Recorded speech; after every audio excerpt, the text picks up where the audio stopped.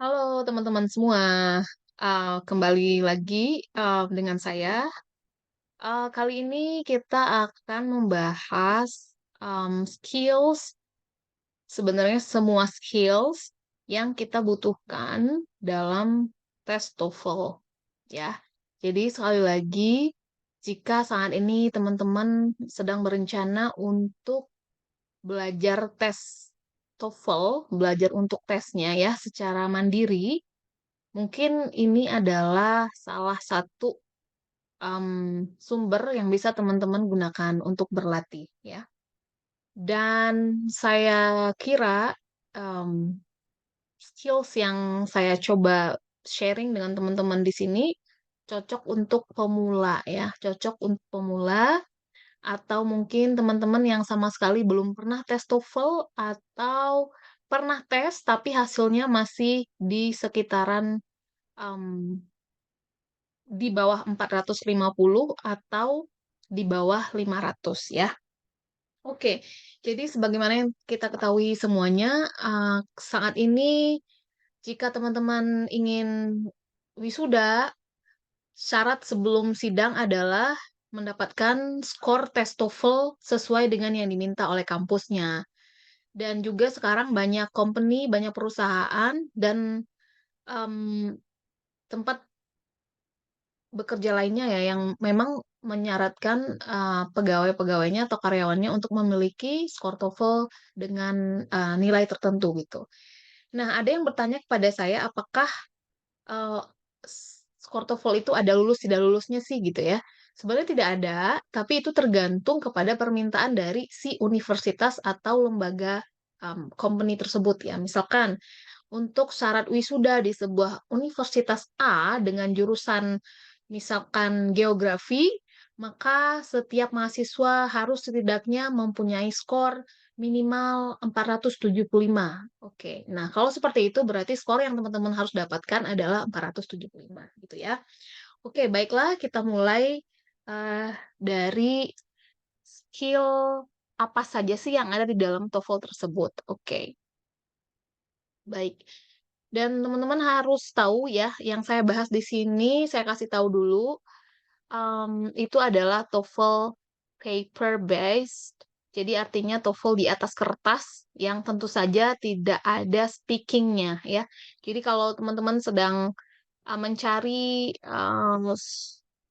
sumber untuk belajar TOEFL secara mandiri, tapi ada speaking-nya itu namanya IBT atau internet based.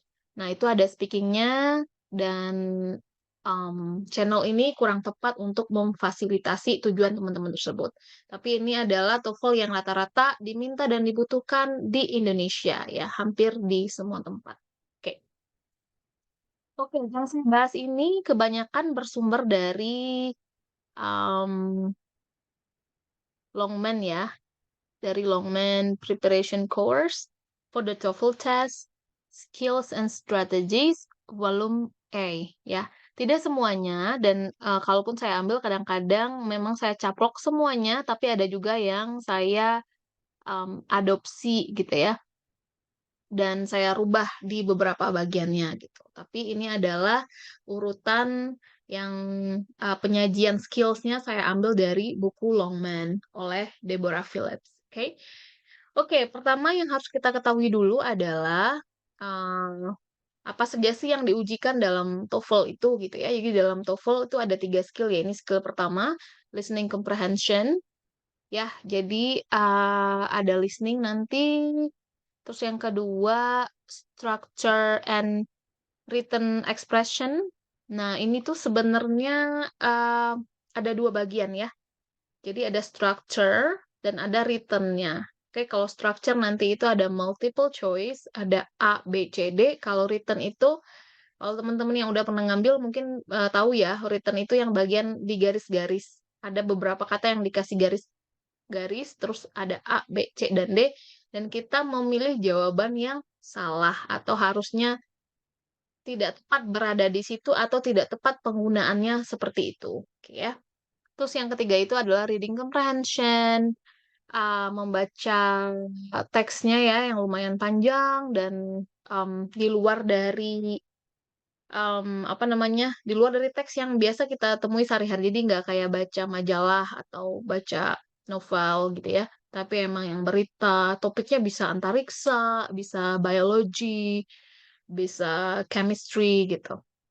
Oke, kita akan bahas satu-satu. Cuma di sini saya memang mulai dari structure dan written expression. Kenapa? Karena menurut saya ini bagian yang paling mudah dan ini tuh basic bagi kita. Menurut saya ya, basic banget sebelum kita ngerti yang lain itu. Saya kira ini bagus untuk dijadikan awal mula ya kalau teman-teman belajar. Oke, terus kita masuk dulu ya ke bagian structure and written expression. Again, ini ada dua bagian ya. Ada, sebentar.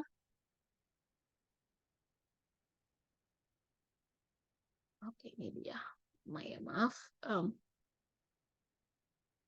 Tadi ada structure dan ada written. Oke, ada dua.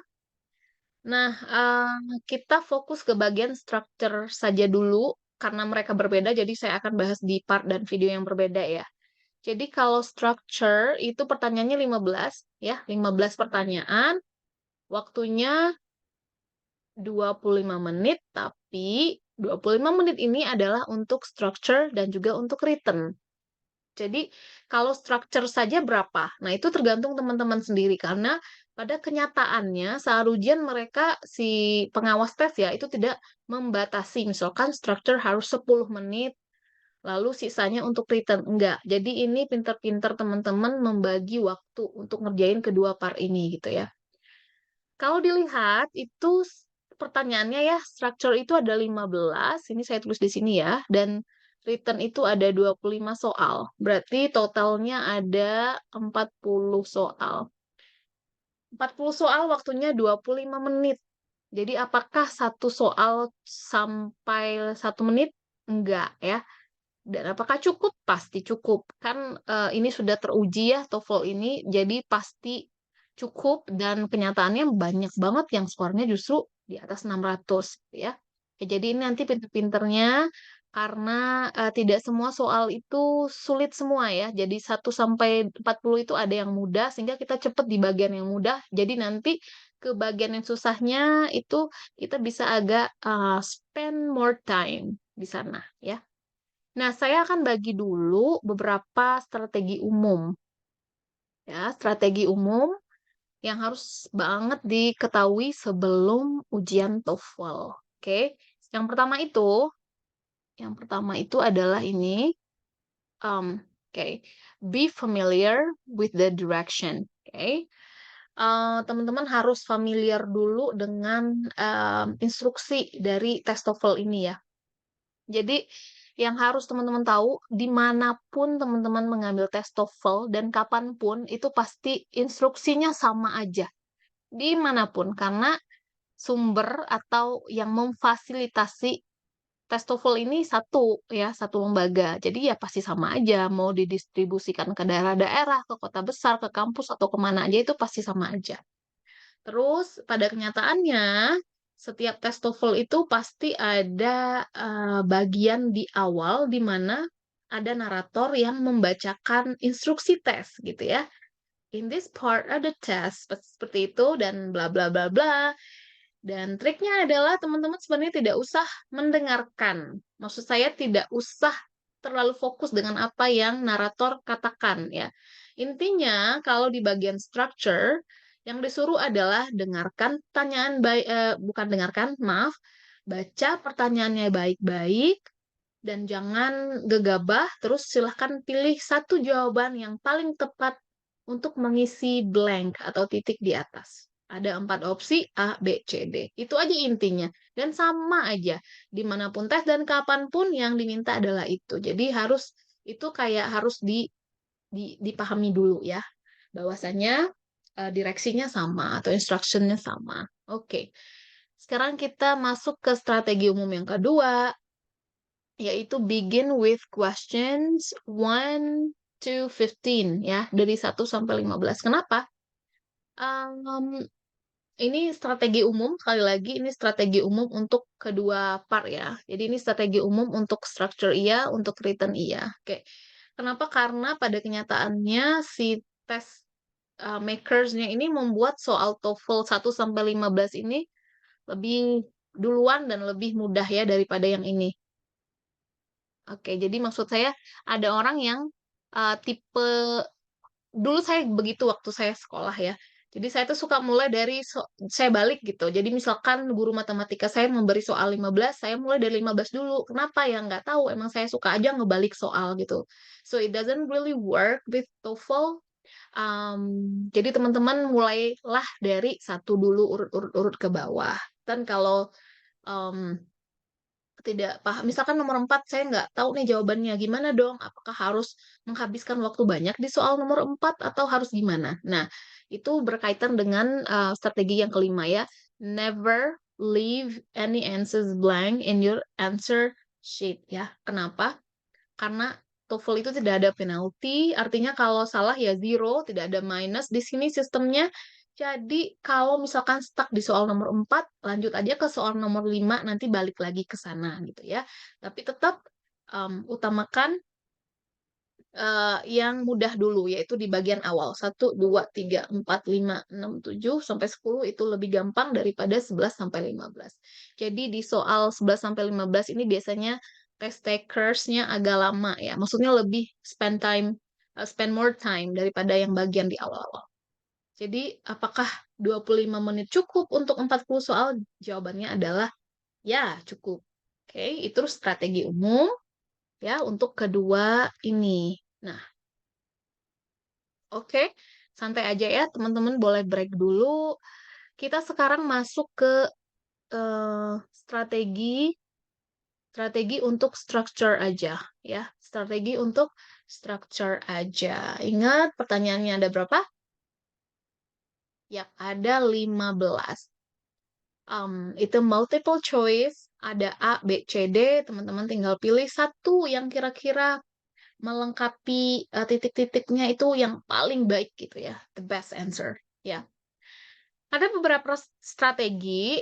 Yang pertama ini ya, first study the sentence. Jadi memang jangan gegabah, artinya ada kan tipe orang atau kita dulu yang waktu ujian itu ngelihat jawabannya doang. Dari jawabannya kayak, oh ya ini kayaknya nih jadi jawabannya nih B nih isinya nih karena yang tiga tuh cenderung sama gitu ya. Nah, sebenarnya it doesn't really work with the structure questions. Jadi benar-benar study the sentence itu hati-hati, jangan potongannya aja ya. Oke. Terus yang kedua, study each answer based on how well it completes the sentence. Jadi um, memang jawabannya itu ini tidak bisa terlalu lama ya mikirnya di sini karena um, waktu kita terbatas. Jadi kalau teman-teman ngeliat A udah nggak cocok, oke lanjut ke B, nggak cocok, lanjut ke C dan D gitu. Tapi kebanyakan orang semakin dia terbiasa dengan latihan-latihan soal dan semakin sering dia mengambil tes TOEFL, kadang-kadang tuh mata kita itu kan sekali ngelihatnya itu udah langsung 4 jawaban ya A, B, C, D. Itu langsung ke spot jawaban yang benar gitu. Jadi kadang-kadang tuh it's normal ya kalau misalkan eh, kita tuh ragu antara dua opsi gitu. Misalkan kayaknya A bener deh, D bener deh. Oke, jadi kalau A dan D kita anggap sudah benar, B dan C jangan dilirik lagi gitu. Jadi kita um, fokus kedua ini aja dan pilih satu yang the best. But again, it's normal kalau misalkan ada satu yang menjadi distraksi buat kita ya, karena kan TOEFL memang seperti itu ya. Ada aja distraksinya untuk membuat kita ragu gitu ya. Oke. Nah, ini yang saya bilang tadi, do not try to eliminate incorrect answers by looking only at the answers. Tidak boleh begitu. Terus yang keempat sama, tidak ada penalty ya. Di tes TOEFL tuh tidak ada penalty, tidak ada sistem minus. Jadi lebih baik diisi aja walaupun ragu nggak pasti gitu ya, atau kayaknya A atau D deh gitu. Mending pilih antara A atau D dan jangan pernah tinggalkan kertas ujiannya kosong ya, karena itu udah pasti nilainya zero, tidak ada peluang untuk benar gitu ya. Terus do not spend too much time on the structure question karena again waktu 25 menit diberikan tidak hanya untuk structure saja. Ingat masih ada part kedua di sini yaitu written expression ya. Ingat ya.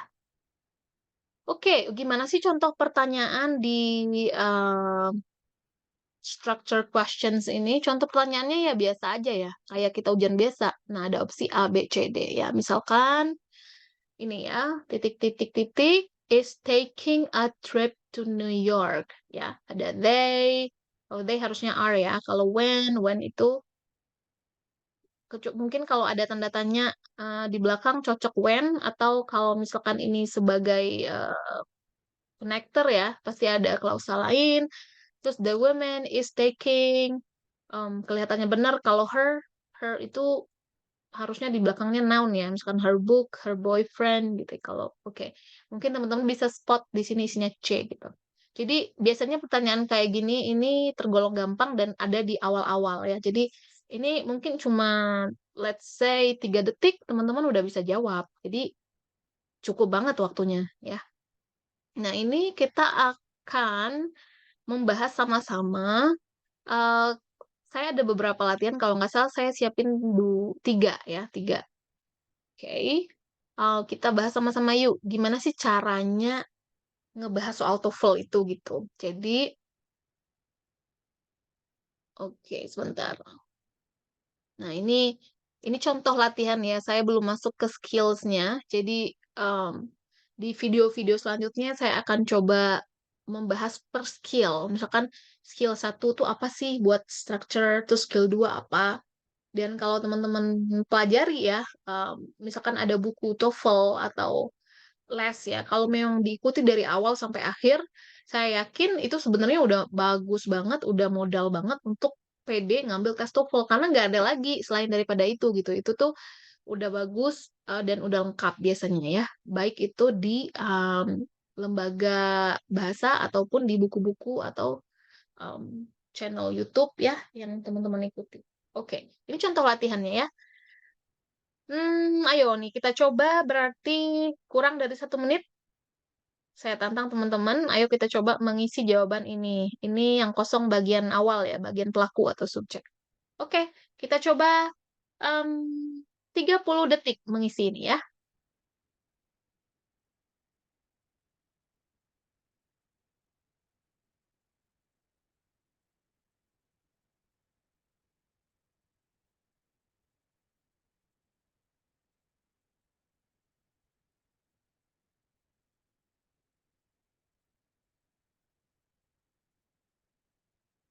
Oke. Oke, apa nih isinya menurut teman-teman? Yesterday keterangan waktu, in the morning sama, ada traffic, ada cars, oke? Traffic sama cars ini sama-sama bisa dijadikan subjek ya. Tapi cars itu karena banyak jamak ya, harusnya were ya bukan was. Jadi isinya adalah oke, C. Ya seperti itu. Ini kita ngelihatnya dulu aja karena kita belum masuk ke skill ya. Ini contoh latihan 2. Saya persingkat waktunya jadi 15 detik. Kita coba ya. Ayo, kita coba sama-sama. 15 detik dari sekarang.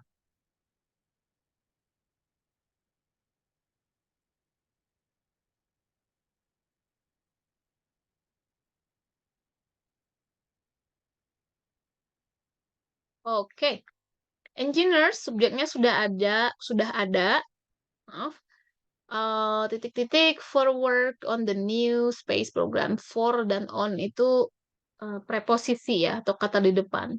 Jadi tidak tidak perlu kita lirik terlalu dalam sebenarnya. Berarti ini predikatnya yang nggak ada ya. Oke, predikat mana nih necessary, tidak predikat, are needed predikat ya. Hopefully tidak. Next month keterangan waktu isinya adalah yap, B ya, are needed. Cocok ya, engineers ini jamak pakai are ya. Dan ingat karena ini adalah verb 3, berarti dia adalah pasif. Jadi mengartikannya di. Jadi kalau teman-teman melihat ada to be seperti ini ya, terus ada verb 3, maka to be apa saja ya, dan verb 3 itu diartikan pasif, gitu ya. Jadi engineers diperlukan, ya. Engineers diperlukan, bukan memerlukan ya, bukan perlu, tapi diperlukan. Nah, ini harus dipahami. Jadi nanti kita akan pelajari di skill-skills yang akan saya share di video selanjutnya ya, mudah-mudahan. Oke. Ini contoh latihan 3. Oke. Saya singkat waktunya jadi 10 detik. Jadi kita coba dari sekarang.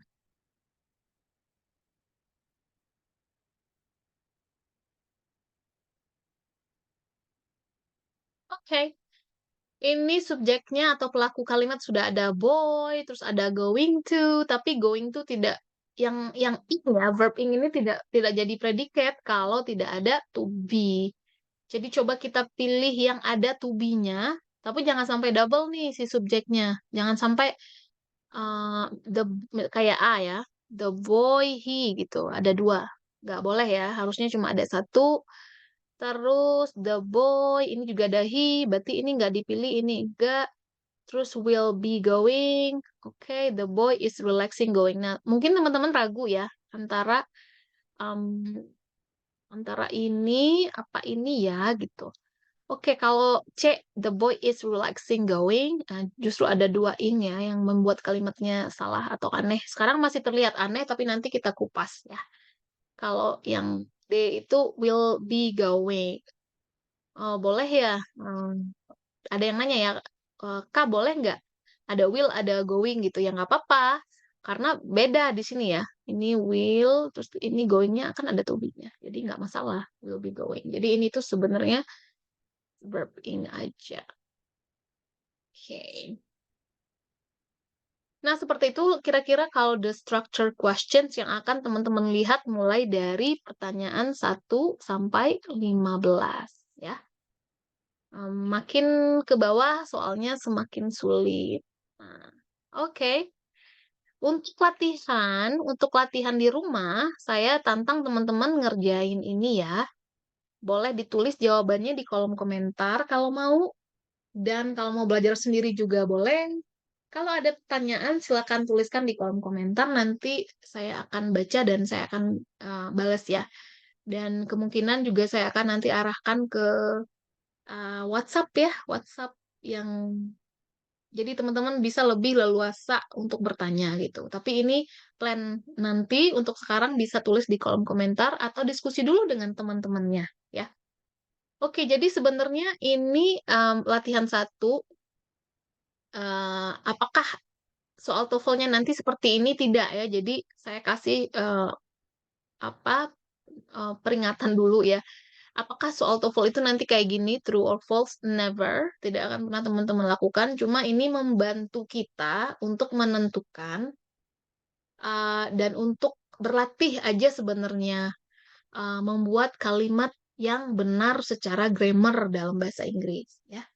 Dalam grammar. Ingat, karena ini adalah bagiannya grammar, maka grammarnya benar-benar harus tepat ya, harus benar gitu. Kalau dalam berbicara mungkin kita ngomong salah juga, lawan bicaranya mungkin paham ya, karena ada moda lain, misalkan ada gestures, ada mimics, ya bisa jadi gitu. Tapi kalau dalam grammar seperti ini, kita harus benar-benar benar gitu ya. Oke, jadi saya cobain ya nomor 1, kita kerjain sama-sama nomor 1. Jadi yang ini sampai nomor 5, teman-teman jadikan PR ya. Oke, nomor 1. True or false? Apakah kalimat ini benar atau salah? Ya, apakah sudah tergolong kalimat atau belum? Oke, kita coba. Last week went fishing at the Nah, ini ya. Ini sebenarnya for the road at the near Peace Mountain Lake. Oke. Oke. Sebenarnya udah kelihatan, tapi akan kita bahas satu-satu ya. Jadi dari sekarang saya mau ngajarin ya kalau misalkan ini namanya preposisi, jadi kata benda setelahnya tuh nggak apa-apa kita lihat aja, kita tinggalkan aja gitu. Karena dia cuma keterangan-keterangan ya. Di di gunung, di rumah, di office itu kan cuma keterangan. Elemen kalimat itu kan harusnya ada pelaku dan dia ngapain gitu. Kayak saya bermain itu udah kalimat yang bagus banget secara grammar ya. Pelaku dan uh, dia ngapain bermain gitu. Saya bermain, saya pergi. Nah, itu udah bagus banget. Nah, kalau ini when fishing ya, pergi memancing. Nah, ini udah bagus. Ini namanya predikat. Subjeknya siapa? Siapa yang pergi memancing? Nggak kelihatan kan di sini. Yang ada itu justru last week. Keterangan waktu ya. Tapi siapa yang pergi memancing nggak ada. Harusnya kan I, my father, my son gitu ya. Jadi kalimat ini tidak tergolong kalimat. Berarti ini false ya. Berarti nomor satu ini false. Tidak tergolong kalimat. Kenapa? Yang kalimat itu ya udah pasti namanya juga kalimat ya. Ini sama aja dengan pelajaran bahasa Indonesia kita dulu yang saya yakin teman-teman masih ingat ada setidaknya subjek atau pelaku dan si pelakunya ngapain gitu. Kayak kucing mengeong gitu. Jadi pelakunya kucing, si kucingnya ngapain? Mengeong gitu ya. Kalau gitu, ini semua kita jadikan PR ya. Teman-teman boleh tulis jawabannya di kolom komentar dan semoga ini membantu. Jangan jadikan ini satu-satunya resource untuk belajar TOEFL. Ada banyak banget dan ini bisa dijadikan sebagai salah satu aja. Sampai jumpa di video-video saya selanjutnya. Saya usahakan ya, insya Allah saya akan coba update secara reguler ya, dan saya akan ikuti skill per skillnya itu. Kalau ada bagian-bagian yang mungkin saya missing, silahkan tinggalkan juga saran yang membangun dari teman-teman semua di kolom komentar. Oke, selamat belajar dan terima kasih.